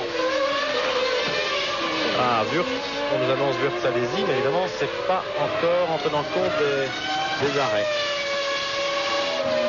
Allez, encore moins de 20 tours maintenant pour l'arrivée de ce Grand Prix de France de Formule 1. Schumacher a 7 secondes d'avance sur Hakkinen qui attaque malgré le trafic. Coulthard est à 14 secondes. Eddie Irvine à 26 secondes. Alors si les McLaren ne s'arrêtent plus, eh bien il y a encore une incertitude dans ce Grand Prix parce que Hakkinen attaque et Schumacher est un peu moins rapide actuellement. Oui, puis la piste est chaude, les pneus Bridgestone devraient marcher mieux avec plus d'essence, les McLaren devraient être plus performantes, donc les 7 secondes d'écart s'ils ne s'arrêtaient pas, c'est une bonne nouvelle pour nous et pour vous qui nous regardez. Ça voudrait dire que Hakkinen n'a pas encore perdu cette course. On va le savoir très rapidement, ce qu'ils doivent s'arrêter, c'est dans peu de tours, Pierre. Ouais, s'ils s'arrêtent. Et s'ils s'arrêtent tous les deux, hein, ça aussi. Alors, derrière le quatuor de tête, Schumacher, Hakkinen, Coulthard, Irvine. Villeneuve, 5e. Il est à plus de 50 secondes. Et malheureusement, Wurz, 6e. Allez-y, 7e. Il y a 4 secondes entre les deux hommes. Oui, on va suivre la progression de Jean, qui a évidemment plus d'essence embarquée que Wurz. La physique est là. Et Wurz, chez Benetton, ils ont bien joué le coup. Voilà. Parce qu'ils ont retardé au maximum leur 3e arrêt. Et ils ont embarqué moins d'essence, donc leur arrêt était plus court. Oh, il a calé, Fisichella. On n'en est pas calé, mais il a un petit peu perdu de temps à la relance. Avec l'embrayage qui a sans doute un peu collé. Fisichella, une course assez terne. Il pointe en 9e position. Ouais, c'est pas fini, hein. Ils ont des pneus neufs. De l'essence pour aller jusqu'au bout, évidemment. Alors on va un petit peu examiner le classement. Là, c'est Coulthard, 3e, à 13 secondes. Il n'est plus qu'à 6 secondes d'Hakkinen. Il attaque. Oui. Irvine 4e à 26 secondes. Villeneuve 5e à 57 secondes. Et puis Wurz, allez-y en bagarre pour la 6e place. Frenzen n'est pas loin d'eux. À 6 secondes d'allez-y. Fisichella 9e. Il est plus loin. Johnny Herbert occupe la 10e place. Mais il doit encore s'arrêter. Voilà la nouvelle. Hakkinen dans les stands. McLaren Mercedes. Hakkinen, on est d'accord. Il doit s'arrêter. Hein. Oui. C'est Coulthard. Coulthard où il y a un doute. Voilà. Alors Hakkinen, il est en train de perdre des points précieux là parce que Coulthard et Irvine vont lui passer devant. Il va s'en trouver 4e, privé de podium, le leader du championnat. Voilà la McLaren. Bonne nouvelle pour Schumacher. Voilà Irvine. Voilà Irvine et il y a une tirelle encore, Takagi. Donc pour Hakkinen, je ne vais pas dire que c'est foutu. Attention, mais... Hakkinen, pneu neuf, il va revenir très vite sur Irvine. Oui, mais pour le passer, ça va être une autre paire de manches. On est d'accord. On est avec lui, regardez. Écoutez. Ah oui, vous savez que chez McLaren, on a construit une voiture assez spectaculaire, une Formule 1 biplace, avec un deuxième siège derrière celui du pilote, au-dessus du réservoir d'essence qui est beaucoup plus petit dans cette étonnante biplace. Et elle a déjà roulé en Grande-Bretagne avec des mannequins pour l'instant sur le siège arrière. Mais à partir de, je crois que c'est la semaine prochaine, avant le Grand Prix d'Angleterre, eh bien nos confrères de ITV, la télévision anglaise, vont avoir la chance d'expérimenter cette voiture, une expérience absolument unique pour notre confrère Murray Walker qui va monter derrière Martin Brundle pour faire un tour des circuits en Formule 1. Jacques, si vous pouvez arranger ça chez McLaren, moi je serais ravi de monter derrière vous. Oh, voilà Coulthard. Là voilà la réponse. Oui, c'était donc un mauvais ravitaillement tout à l'heure et on va retrouver Hakkinen sur le podium tout de même. Au sujet de Murray Walker, Coulthard justement a dit « Moi, je ne prends pas la responsabilité de conduire cette voiture avec lui derrière, car Murray Walker, il faut savoir qu'il a 74 ans. » Et c'est donc Brundle qui est le consultant d'ITV qui va piloter la voiture. C'est pour ça que Jacques vous dit, si vous voulez vous piloter la McLaren, moi je me mettrai derrière, il n'y a pas de problème. Et ça s'éternise encore. Hein. Il y a un problème. Il y a un problème avec le remplissage d'essence, avec la... Oui, il y avait déjà eu un problème tout à l'heure. C'est ça. Et on l'a pas rectifié, c'est étonnant parce que je pense que c'est le même tuyau qui est pour les deux voitures. Pauvre Coulthard, il faut que ça tombe sur lui encore. Et c'est quelque chose sur la voiture, Pierre, c'est pas le... c'est le bouchon. Voilà, on n'y arrive pas. C'est pas le tuyau, c'est le bouchon. On va envoyer en cours. Voilà. On va essayer de voir ce qui se passe et de l'arrêter. Il repart pour un tour, mais là, en tout cas, c'est pas bon hein, pour Coulthard et pour McLaren Mercedes. On pourra pas assez dire, mais très belle performance des Ferrari. Magnifique. La voiture est formidable, les pilotes aussi. Et bon, très bon retour en tout cas. Et grande nouvelle pour la Formule 1. Doublé Ferrari à Magny-Cours. Ferrari. On en prend le chemin tranquillement, mais fantastique doublé en tout cas en ce moment. Les deux voitures caracolent en tête avec à la façon des McLaren du début de saison. Et ça veut dire le travail que l'on a effectué chez Ferrari pour revenir au niveau des McLaren. Alors on est sur un circuit un peu spécial, je vous l'ai dit tout à l'heure, la piste est très plate, on a avantage peut-être, mais quand même ça n'explique pas les performances des Ferrari. On les sentait très proches des McLaren et ça y est, elles sont là et elles sont même devant et elles sont en train de jouer le rôle de lièvre que jouaient les... Comme quoi vous avez vu, début de saison. Comme quoi en Formule 1, rien n'est jamais acquis. Voilà. et qui n'avance pas recule. Ouais. Vous savez que moi je me réjouis, Jacques, parce que je pense que les grands prix de l'été, que certains voyaient arriver avec angoisse, Oui, surtout, eh bien, ils vont être passionnants à suivre, oui. parce que Oui, à Silverstone, qui est évidemment le circuit d'essai des McLaren, hein, la piste qui est la plus Bien proche sûr. de l'usine McLaren, Ferrari sera peut-être moins avantagé par le terrain, c'est évident. Et Deuxième donc, tentative pour Coulthard. Oui. Il revient, on va voir. on va voir. Alors, entre Ferrari et McLaren, je pense que ce sera très très serré à Silverstone. Et puis sur des circuits comme Zandvoort, Hockenheim, on devrait aussi avoir des belles empoignades. Coulthard, deuxième, troisième arrêt en réalité. Deuxième tentative de Ça ravitaillement. marche pas, hein, vu tout de suite. Ça vient de la voiture, donc il faut. Ah, ça y est. Ça y est, Vous avez vu, c'est bon. ça s'est enfoncé. Voilà, il y avait un souci avec le bouchon de remplissage d'essence. Voilà, il y a assez d'essence. Pauvre Coulthard Coulthard, dans repart. ce cas, c'est foutu. 14 secondes. Et il n'a pas de chance, le pilote écossais, parce qu'il faisait une belle course. Il bataillait ferme. Il aurait été peut-être à la régulière devant Hakkinen sans ces petits problèmes. Et là, il va se retrouver. Ma foi, il va se Sixième. retrouver. Non, non, plus loin que Septième. ça. Septième, parce que Wurtz et Alesi vont lui passer devant, peut-être même Frenzen. Et si vous voulez, pour parler de la Ferrari, on sait que Manicourt c'est un tournant important du championnat parce on avait très peur de la domination des McLaren parce qu'on va sur des circuits maintenant très rapides. Hockenheim, Silverstone, Hockenheim, Monza, Spa, alors Monza, tout ça on était très inquiets. Ben, rassurez-vous. On va avoir des courses formidables. Voilà, les Ferrari sont là, elles vont vite sur les circuits à haute vitesse. La voiture est mieux aérodynamiquement. On a fait beaucoup d'efforts chez Ferrari. Bravo à Jean Todt et à toute son équipe. Et nous, on est très heureux. À parce Ross que Brown, le directeur technique, Voilà. parce que la fiabilité, Bien le sûr. contrôle de qualité est exceptionnel. Alors, il reste maintenant 12 tours, un peu plus, 12 tours et demi de course. Schumacher en tête avec 30 secondes d'avance sur son équipier Eddie Irvine. Les McLaren sont en difficulté. Hakkinen Hakkinen, 3e, non. Coulthard 5e finalement quand même. Deux gros écarts. Et on va suivre les 10 derniers tours et voir comment ça se passe, notamment la bagarre Irvine-Hakkinen pour la deuxième place. Rien n'est joué pour la deuxième place, vous le voyez, 4 dixièmes d'écart seulement entre les deux hommes. Ça va faire un beau sprint final dans un instant, en direct de Magny-Cours. À tout de suite.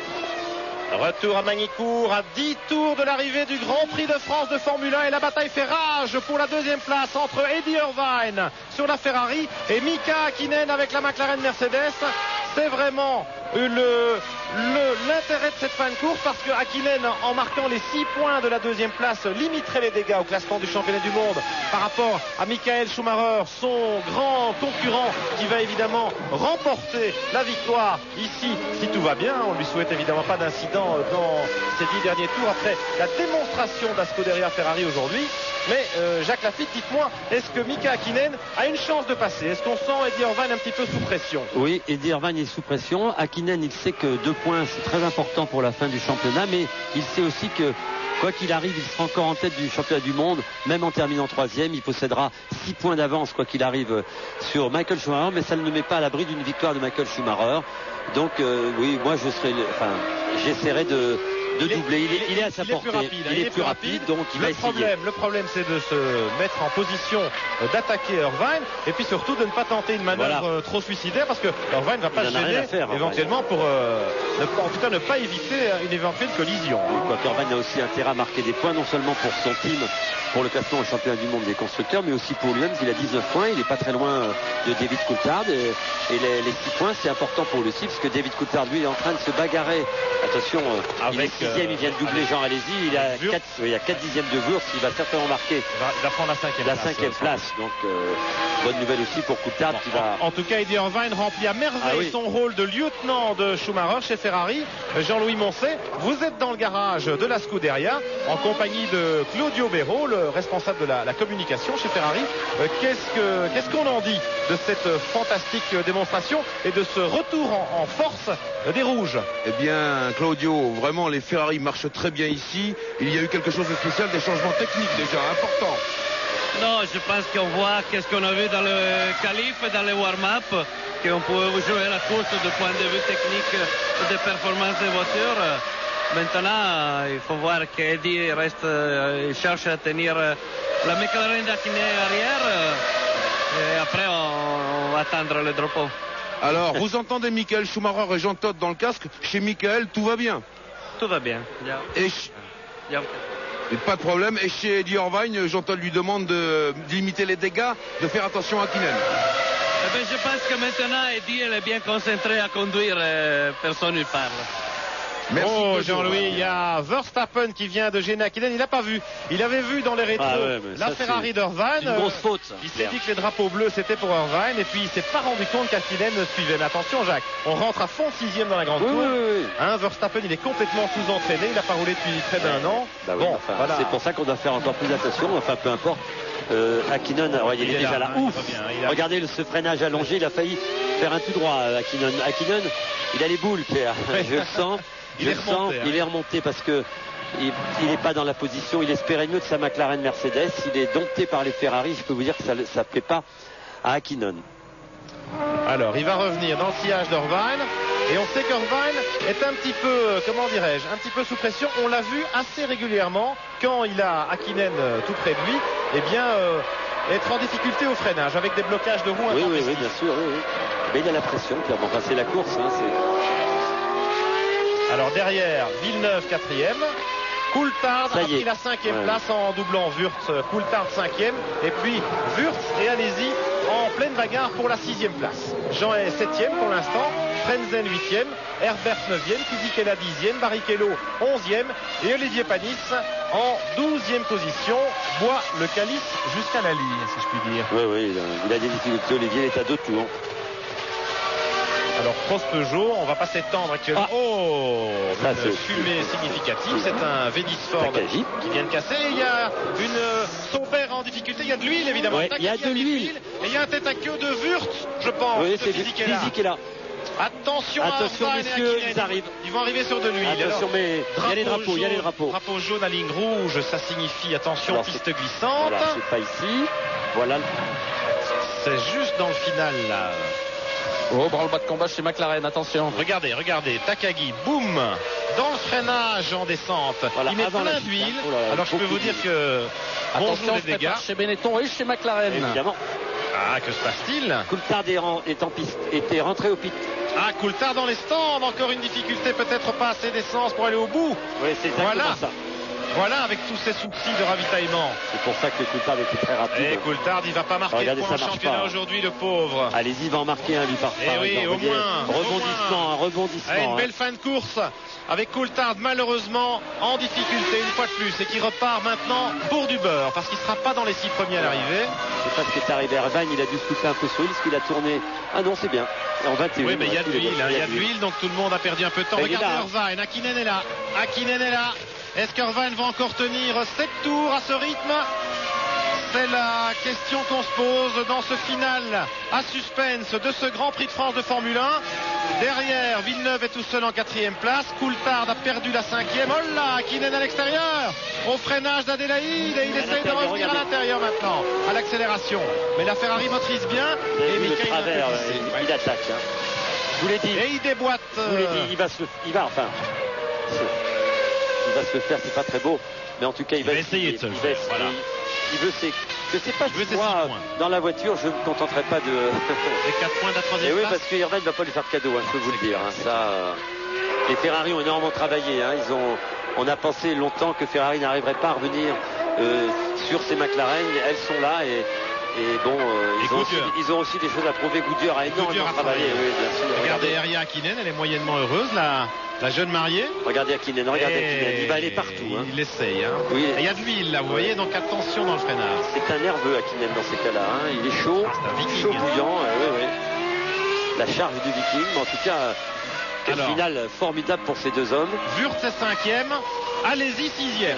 Un point pour Jean Alesi. Mais attention, il y a Heinz Harald Frentzen dans le sillage de la Sauber avec sa Williams. Il va avoir du mal. Il y a donc une bataille pour la 6e place. Il y a bien entendu la bataille pour la 2e place qui nous intéresse au premier chef. Nous la suivons à l'image. Irvine Hakkinen. Je suis en train de demander, Pierre, où est-ce que ce diable de Hakkinen va pouvoir doubler Irvine. Ça va être difficile parce que la Ferrari est assez vite en ligne droite. Elle est un peu plus lente, hein, mais en course, ils ont dû retirer de l'appui. Elle motrice très bien, voilà. C'est tout le problème à régler pour Hakkinen. La McLaren est peut-être un peu mieux dans les grandes courbes, en tenue de route. Avec peut-être un peu plus d'appui, effectivement. Regardez. À l'accélération, il n'y a pas vraiment de grosses différences. Au freinage, peut-être. Mais il faudrait vraiment qu'Irvine fasse une faute pour que Hakkinen soit en mesure de le passer. Irvine, entre parenthèses, qui fait une saison assez confortable par rapport aux saisons précédentes. Il est quand même beaucoup plus près des performances de son coéquipier. Il a certainement il dispose d'une très bonne voiture, de toutes les modifications, ce qui n'était peut-être pas le cas dans les années précédentes, parce qu'on s'est aperçu chez Ferrari que deux voitures dans le coup, ça marque des points. Regardez là, s'il prend les points à Hakkinen, c'était très important d'avoir dans une équipe deux très très bons pilotes, parce que voilà, c'est la démonstration. Irvine est au niveau, et voilà. Et ça explique les rumeurs positives du côté du marché des pilotes à son sujet pour la prolongation de son contrat chez Ferrari en 99. Bien sûr. Il a appris beaucoup au contact de Schumacher. Je crois que c'est un très bon tandem. Ils s'entendent très bien. Ils ont confiance l'un à l'autre. Je veux dire, il n'y a pas de problème de hiérarchie. Schumacher est le meilleur. Voilà. Oui, beaucoup d'expérience. Oui, et Irvine accepte regardez l'accélération. La suprématie. Première seconde, 7 vitesses aussi, il faut le spécifier pour la Ferrari. Je ne pense pas que la McLaren ait 7 vitesses. Et alors on a une meilleure mise en accélération. Sur ce circuit. Sur ce circuit, voilà. Grâce à un meilleur étagement des rapports de boîte. Alors, le 180 degrés. On commence après. Ah ouais. Ouais. Il est bien en sortie de courbe, Irvine. C'est vrai que la Ferrari se comporte mieux en traction, en motricité. Regardez, au ras de la piste.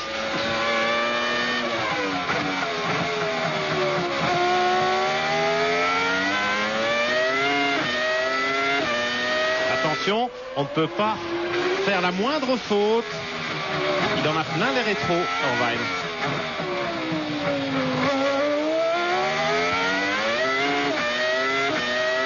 Vous entendez le bruit de la Ferrari par rapport au moteur Ferrari aussi chez le Petronas, en fait chez Sauber. Vous avez vu, on écoute tout à l'heure le tour de piste qu'on avait fait avec Jean Alesi au volant de la Sauber. C'est pas le même bruit, hein, Pierre. Vous avez vu la différence. Oui, pas tout à fait le même moteur, mais la différence des échappements. C'est même pas la même génération. Oui, bien sûr. Avec chez Sauber, on se contente du moteur Ferrari de l'an passé. Et vous avez aussi remarqué que les rapports de boîte sont vraiment très courts chez Ferrari. Hein, on les monte à la volée. Voilà, là par exemple c'est première, seconde, troisième, quatrième à la volée, après cinquième, sixième, septième, parce qu'ils ont un rapport supplémentaire et ça aide beaucoup la Ferrari de Schumacher. Je le voyais hier aux essais à l'épingle d'Adélaïde où il repartait d'une façon incroyable, avec une très très bonne mentalité, mais c'est aussi peut-être dû un peu comme sur les courses sur glace où on passe 4 vitesses en 2 mètres. Vous connaissez ça. Oui. Il y a 4 tours. Moins de 5 tours de la fin. 3 tours maintenant.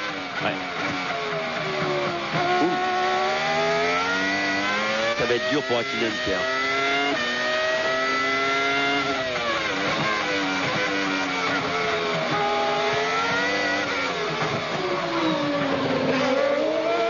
Écoutez. Et quelle image fantastique. Irvine Hakkinen au coude à coude dans les 2 derniers tours de ce Grand Prix de France de Formule 1. Un peu moins de 3 tours à boucler. Michael Schumacher est déjà à l'autre bout du circuit. Il avait 30 secondes d'avance, il en a plus que 20, Michael. Oh là, il y a une Minardi au ralenti, c'est Nakano. C'est pour ça qu'il y a un drapeau blanc agité quand une voiture circule à vitesse réduite. Mais Schumacher contrôle facilement. Là maintenant, il tourne en 1,20. Et il sait qu'il a course gagnée, donc il doit évidemment avoir l'oreille tendue. Une petite inquiétude toujours dans les 2 derniers tours. Jacques Lafitte, quand on mène un Grand Prix avec une confortable avance. Bien sûr aussi, Pierre. Oui, bien sûr. Mais une grande satisfaction, parce que forcément. Et puis forcément, le championnat est définitivement relancé. Il y a encore une petite bagarre, mais il n'y a plus beaucoup de tours, 3 tours. Mais allez-y, Coulthard. Coulthard court 2 secondes plus vite qu'Alési. Ça veut dire que bon, je pense pas qu'il puisse passer Alési, mais il va avoir chaud aux fesses. Ah oui, parce que c'est un point pour Alési, c'est important. Ouais, le point de la 6e place, ce serait quand même c'est le plus important, mérité pour Jean Alési. Formule 1. Que 7e, on n'a plus rien du tout. Hein. C'est la plus mauvaise place, dit-on. Voilà. Il y a quelqu'un qui rentre au stand. C'est tard pour rentrer au stand. C'est Williams, non, un tour Frentzen. C'est Frentzen. Frentzen qui était 8e.